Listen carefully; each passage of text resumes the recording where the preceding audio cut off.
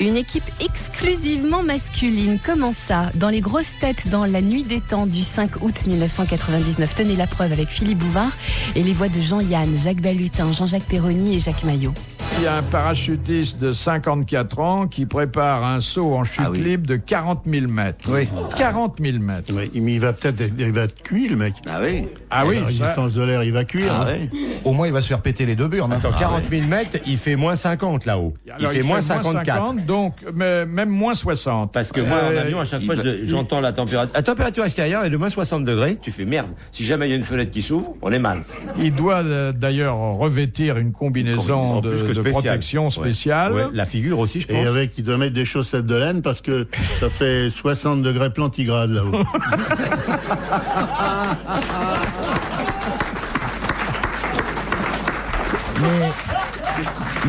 Mais attention, il risque de cuire parce que avec le frottement de l'air, il va cuire comme les bergers égyptiens. C'est-à-dire, il part en gélatine et il arrive en œuf coq. Alors, au bout de 37 secondes, il aura dépassé le mur du son.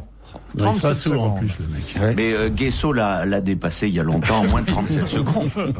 Il finira par ouvrir son parachute. Bon, alors, il a le temps. Et 40 000 mètres, il a le temps. Mais il attendra 6 minutes et 25 secondes. Pourquoi? Attends, il faut qu'il pour tombe. prendre de la vitesse, pour pulvériser le record du saut pour pulvériser en son chute libre. parachute. La longueur. Et donc, il aura 2 minutes et 5 secondes pour se reprendre, en quelque sorte. Trop long. Ah oui, c'est... Et ça va servir à quoi, ça?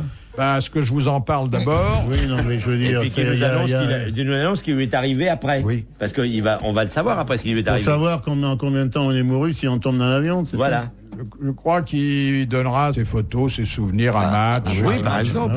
Ou à Life. Et il téléphonera pendant qu'il descendra. Oh, le téléphone portable, il faut se méfier. Vous avez vu dans la prisonnière là qui est... Ah oui, elle avait un portable dans la prison.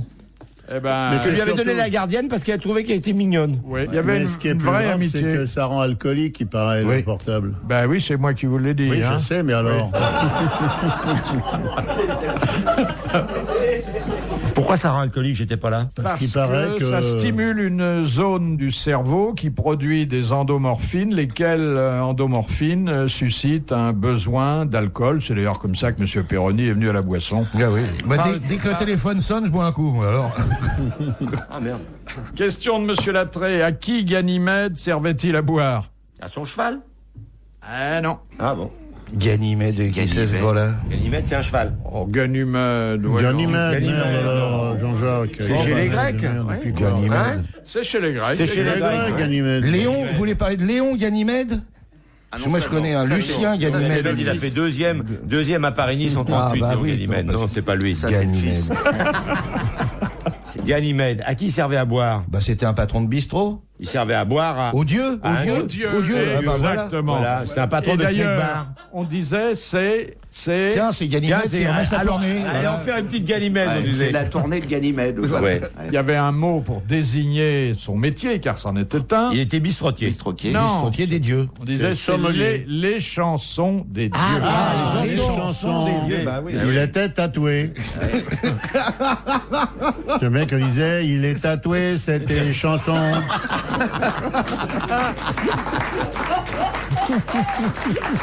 On essaie de frôler la culture et puis après, on délire. Question de Monsieur Chantraine. Quel usage institué par Jules Grévy fut supprimé par Valéry Giscard d'Estaing? Jules Grévy, qu'est-ce qu'il avait C'était fait? Grévy, La main sur le code, sur la photo officielle du président de la République. Non, c'est pas ça. Grévy a instauré quelque chose. C'était protocolaire, non? Le port de la jaquette sur la photo officielle. Non. Ça a fait de la peine aux Français qui étaient... Jules Grévy avait mis au point un truc formidable et Giscard l'avait pas. C'est ça? C'est-à-dire que il a enlevé Giscard. C'était un usage qui rapprochait le président la compétence du peuple. Non. Et Giscard, il allait dîner chez les gens, mais ça, il n'a pas voulu le faire. aller au bistrot après la messe. Être le parrain des mômes. Des enfants orphelins. À partir du 13e ou 14e enfant d'une famille, le chef de l'État était le parrain. Bonne réponse de Jean-Yann.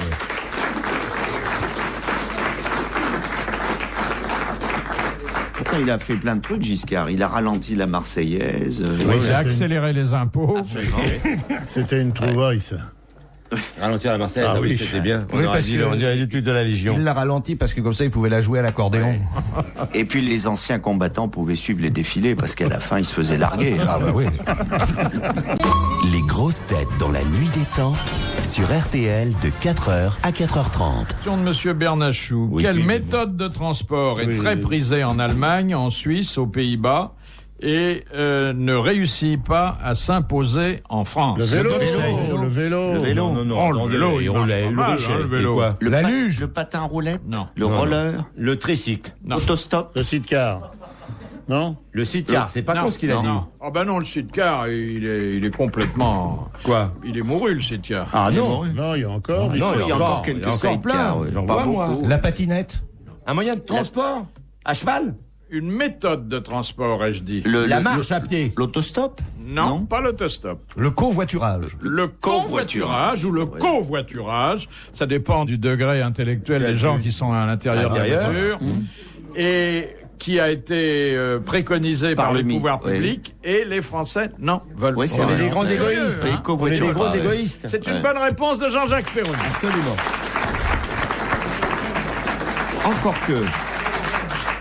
Encore que, Philippe, moi j'étais dans le bois de Boulogne l'autre soir, ça covoiture quand même un peu. Ça a l'air de prendre là-bas. Par exemple, Monsieur Yann, vous voyez des gens à un arrêt d'autobus, vous les faites monter dans votre Ou quoi, que je voiture. vais prendre des pencus dans ma voiture? Non mais puis quoi encore? Et puis monter, puis vous voulez boire un coup, et puis non mais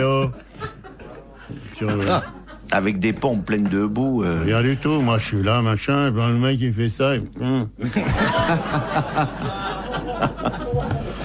Il y a question une seconde que je prenne qui que ce soit dans mon automobile. Non, mais il y a un covoiturage régulier, c'est-à-dire des gens qui habitent le même quartier, qui vont travailler dans... Non, parce qu'ils prennent leur bagnole. Les années que je suis dans le place, quartier, c'est je ça. parle à personne, moi. Je connais personne. Petit, vous le prenez dans votre voiture, le soir il vient chez vous, et puis quoi encore? Il couche dans votre lit et tout? Non. Saloperie. Saleté d'autostoppeur, je peux pas les piffer, ceux-là. Question de Madame Fontaine. Avant Que je connais pas dans ma voiture, non mais c'est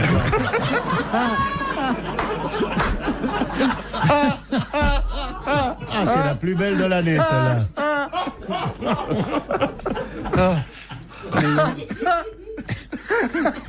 Mais où est-on? Non mais en période de grève, ça vous est arrivé Pas du tout. un gréviste en plus. Un mec qui fait chier tout le monde parce qu'il n'y a pas de train, il n'y a pas d'avion, il n'y a pas de bagagiste. Il faut que je le raccompagne chez lui. Quoi?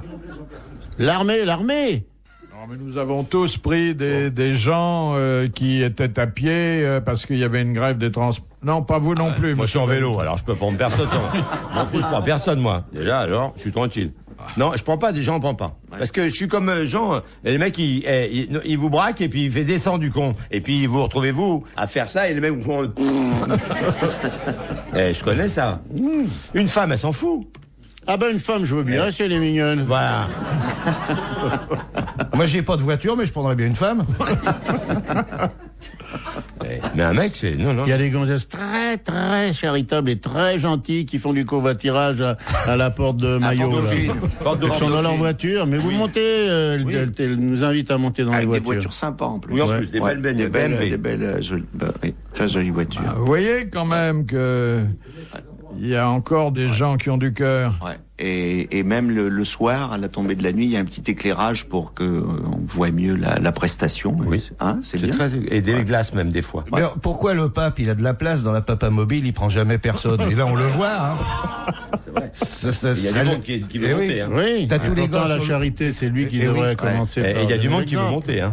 À chaque fois. Un jour, il a pris un Roumain, là, ou un Bulgare. Oui. Ouais. Oui. En pleine poitrine. il avait été le voir d'ailleurs dans sa cellule. Oui, ils ont sympathisé. Ils ont fait un film tous les deux. Ben, il va le prendre, il va lui donner du boulot s'il est gentil. Dans la guerre de Suisse, peut-être. Le tireur d'élite. Oui. Au Vatican. Garde du corps. RTL, 4h, 4h30, dans la nuit des temps des grosses têtes de Philippe Bouvard.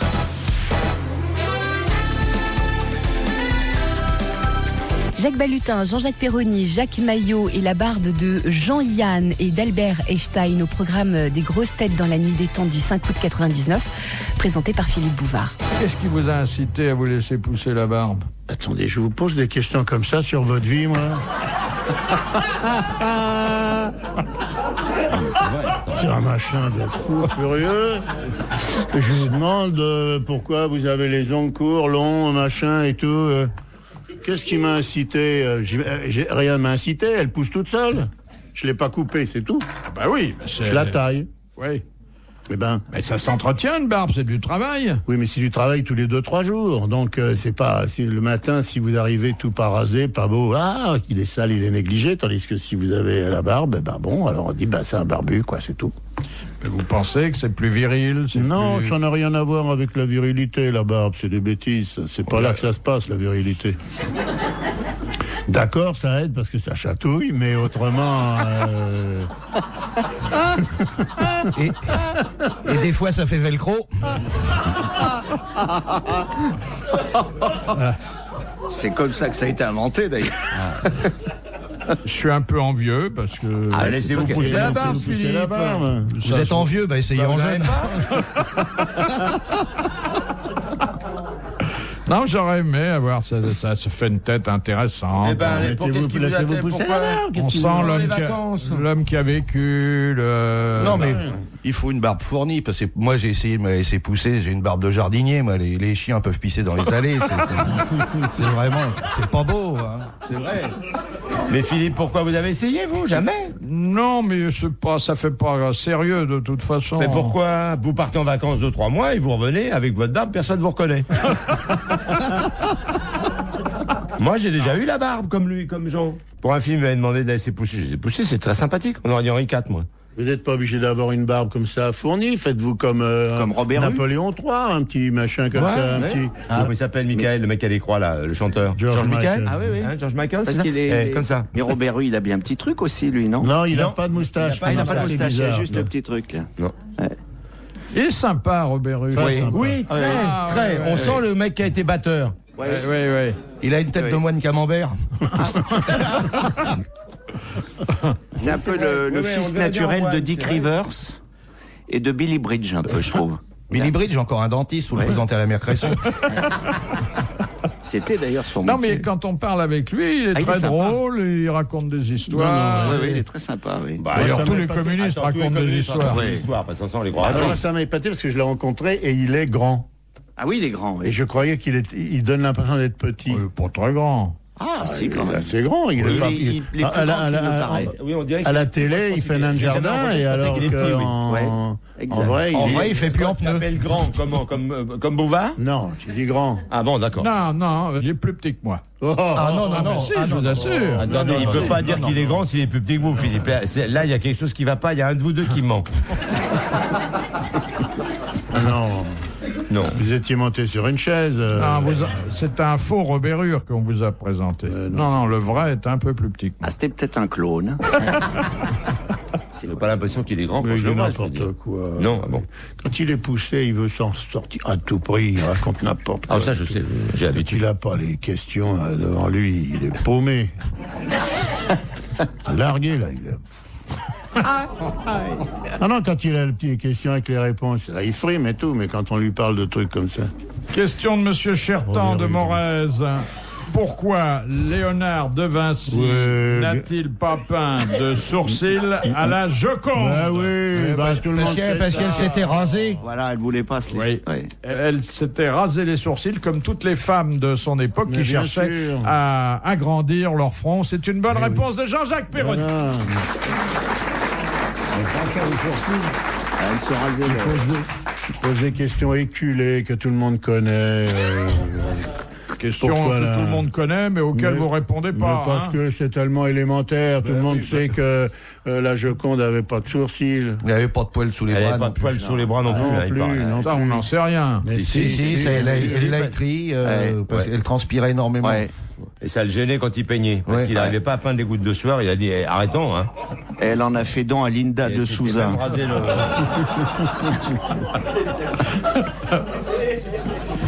Dans la première version de la Joconde, elle avait une valise en carton. Et après, Pleine de rasoirs. parce Ouais. il s'appelait. Vous savez pourquoi on l'appelle Léonard de Vinci? Il s'appelait Leonardo, de son vrai nom. Dicap. Et il a peint 30 Jocondes. Alors, il signait Leonardo 2, jusqu'à 26, là. Leonardo 26. C'est le numéro. Ah, c'est le numéro. Ah, ouais. C'est moi qui dis n'importe quoi. Non, parce C'est que- exactement pareil qu'au Vatican, la chapelle Sixtine, qui est la 16e. Oui, parce qu'à l'époque, pour éviter les vols des tableaux, il fallait faire tatouer le numéro sur en bas de la toile. Oui. Il a aucune culture. Moi, je sais que ça n'intéresse personne, mais je la trouve très tarte, Oui. la Joconde. Quoique, avec des moustaches, comme Duchamp l'avait un petit peu arrangé, elle était Ah oui, plus oui, séduisante. oui. Ah hein. ouais. Elle est vraiment tartignole. Moi, question sourire, je préfère la vache qui rit. Moi, je préfère sœur sourire. Elle aurait pu aller à la commission de Bruxelles. Pourquoi Albert Einstein se promenait-il toujours tête nue sous la pluie? Parce qu'il avait le C'est- cerveau qui est en ébullition. Non. Vous savez que c'est un homme C'est qui réfléchissait toujours avant Oui, de il faire était quelque barjot. chose. Parce que ça fait pousser les cheveux. Non. Ça lui évitait de perdre du temps à se laver la tête chez lui. Il évitait de porter un Il mettait parapluie. pas de chapeau. Alors, il avait préféré, donc, au port du chapeau, partant de précipitation, sortir la tête nue, et il avait naturellement une explication scientifique. Il avait un parapluie, donc il n'avait pas besoin de chapeau. Non. Non. Il n'avait rien de tout ça. Parce qu'il pouvait pas se faire électrocuter. Non. Parce que le chapeau l'empêchait de penser. Pourquoi est-ce qu'il voulait se mouiller la tête, ce con? Il avait les cheveux blancs. Il avait des cheveux Parce épais. qu'il et- pensait que ça lui lavait les cheveux et comme ça il n'avait pas besoin de Mais c'est ce que je prendre un viens de- shampoing. il me dit non. Bon. Contre l'époux. Ça avait une... Einstein, pas de... Mais bah, qu'est-ce que vous en bah, savez? Pourquoi il n'aurait pas de peau Einstein? Ah, il avait tendance à Qu'est-ce chercher que les vous en poux dans savez, les là, il Ouais, avait- ouais. C'est un Il allait truc de chercher, fou, il ça. allait chercher des poux Parce dans la que- tête On sans connaît la arrêt. vie d'Einstein au point de ça. Il avait pas, il n'a pas affirmé qu'il n'a pas Vous d'essai. savez pas? Le gars MC2, c'est peut-être Couvert de Ah poux, oui, oui. Il y avait peut-être même des morbacs et... C'est lui qui a Pourquoi il en inventé aurait pas la eu Marie Parce Rose. qu'on est prix Nobel, qu'on n'a pas de rien. Ah ouais. Regardez Pierre Curie, alors oui. Il avait des poux, Pierre. Bah, ouais. Un peu. C'est pas ça qui lui manquait. Ah alors. bah non. Il les enlevait par grappe dès qu'ils se coiffaient. Ah Est-ce oui. que c'est une raison scientifique? Louis Lumière qui avait des pellicules. Enfin, c'était dégueulasse. Est-ce que c'est scientifique? Ou c'est une raison personnelle? C'est un raisonnement personnel mais scientifique. Par rapport à la pesanteur? Fondé sur l'observation qui lui avait permis de penser que, en cas de précipitation, la tête nue était préférable au chapeau. Donc il avait les cheveux tout mouillés quand il arrivait, Quand il arrivait, à l'université où il enseignait. Exactement, il avait les cheveux Il tout était mouillés. trempé. Et à ceux qui lui disaient « Mais pourquoi vous ne portez pas de chapeau ?» il disait Parce que ça me fait friser, il trouvait ça joli. Parce que ça m'évite de m'enrhumer, il disait. Non. Mais j'arrive à savoir comme ça quelle est la longueur de mes cheveux quand ils sont mouillés. Parce que j'ai pas besoin d'écouter la météo, je sais quand il pleut. Ça lui permettait de relever les hauteurs d'eau. C'était très, très empirique, mais sûrement très... Il avait très remarqué vrai. que chaque fois qu'il avait les cheveux mouillés, Oui. il en tirait un avantage quelconque. Oui. Il Et a- quand il avait les cheveux mouillés, il savait qu'il pleuvait. Non. Quand il avait les cheveux mouillés, il lui venait une idée. Il avait remarqué que les cheveux mouillés avaient un avantage sur le chapeau mouillé. C'est Il que s'assèche plus vite. ça séchait Il plus vite. séchait plus vite.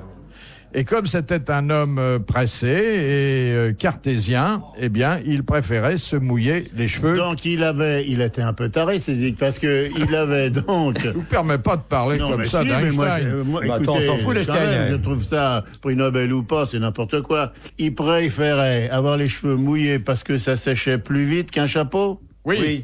Qui Et mettait- parce qu'il voulait pas mettre sur sa tête sèche un chapeau mouillé. Et s'il avait mis un chapeau mouillé sur sa tête sèche, ça lui aurait mouillé les cheveux. Et il avait qu'à retirer le chapeau et les cheveux séchaient. Et il mettait le et il mettait le chapeau sur le radiateur. C'est un problème de physique élémentaire. Mon cher Watson.